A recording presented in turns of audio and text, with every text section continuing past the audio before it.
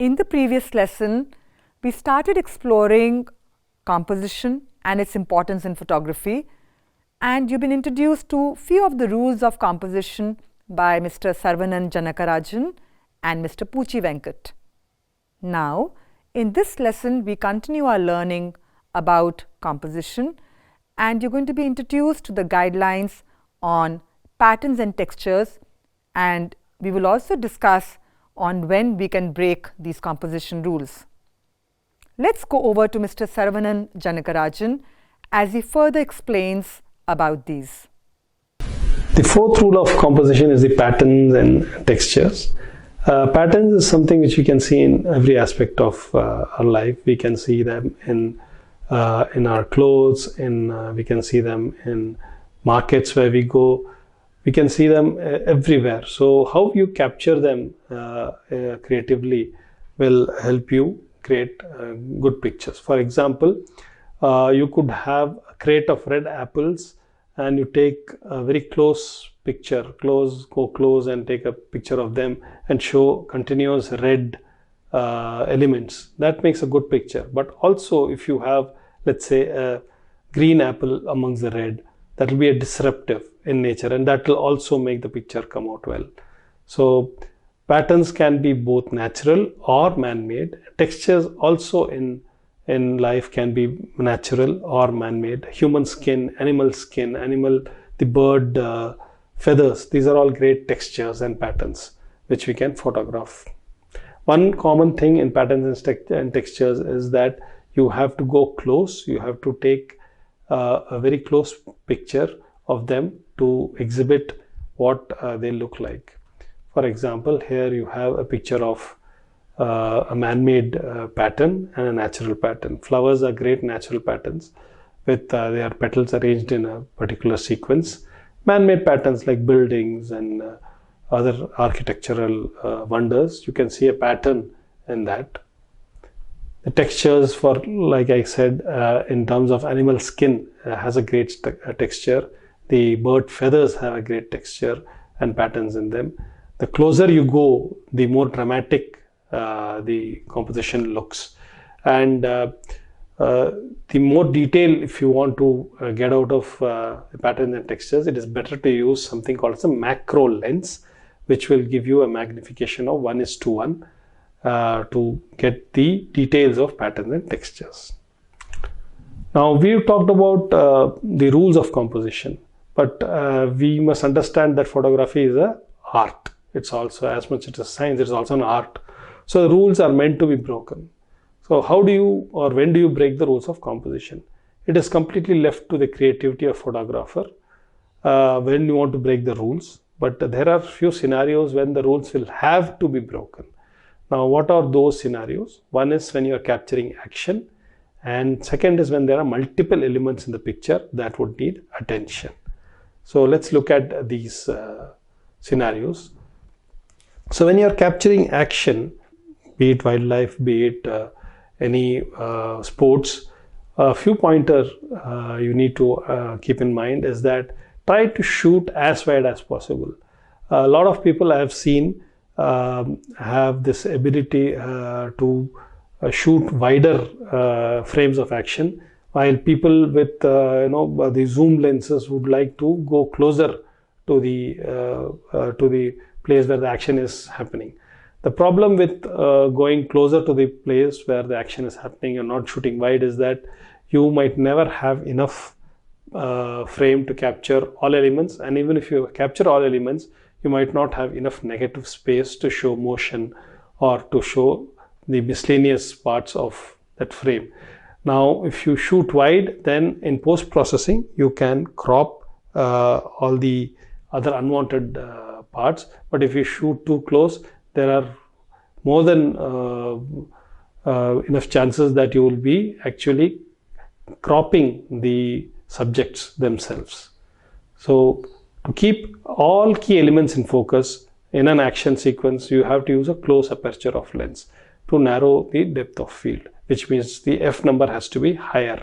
So f8, f10, f12, f16, depending on the light availability, is a great number to capture action, because you need to keep the various elements which are taking part in that action to be sharper. Now look at this picture. When the action was happening, the frame was such that the subject, the bird, was not in the as per the rules of third. It was in the center of the picture. But once I had shot the space, the negative space in that frame helped me to crop it post-processing in such a way that I could follow the rules of third. Now, it is not possible to follow rules of third or any of these rules when action is happening because it is too fast. So it is always better to do the post-processing cropping for an action sequence, and thereby you will have to shoot as wide as possible for an action. Here there are multiple elements involved. There is the path, which is the leading line for this picture. There is the black buck jumping, which is the main subject.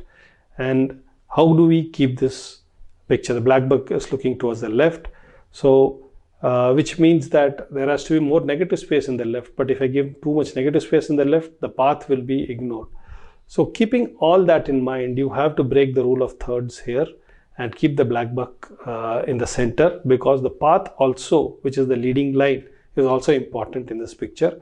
Thereby you have kept the picture, the subject in the middle of the picture, and still the picture looks good.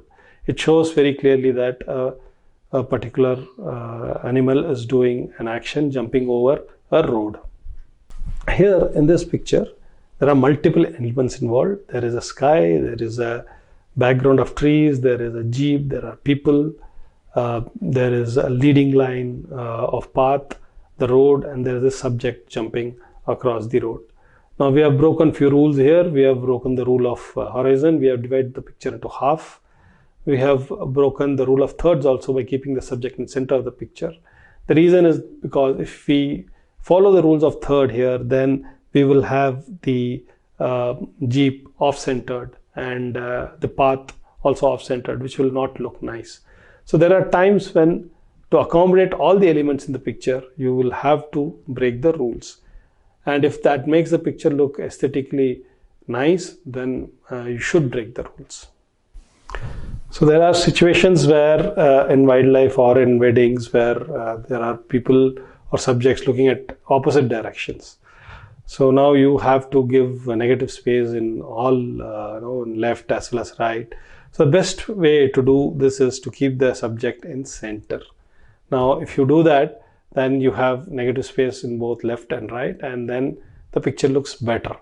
So the composition here again takes into care all the other elements. Today in this session, we saw the rules of textures and patterns. We also saw the situations where we might have to break these rules. I would like to re-emphasize, use all the elements in a photograph, try to stick to these rules, but if the rules are in conflict to the elements, then be brave and break these rules also. Photography is an art and composition is a guideline to bring out the creativity in you. Try out as many compositions as possible and you will master these composition techniques.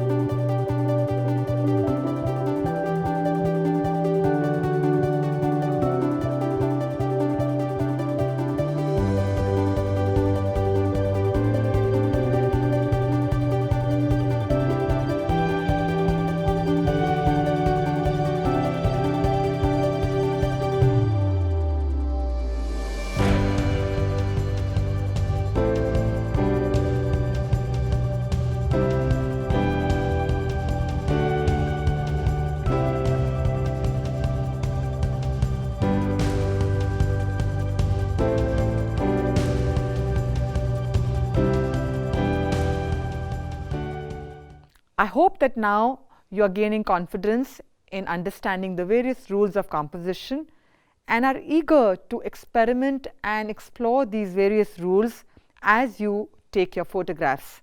So now, step out and shoot the photographs and try out these rules and see for yourself what works and what doesn't.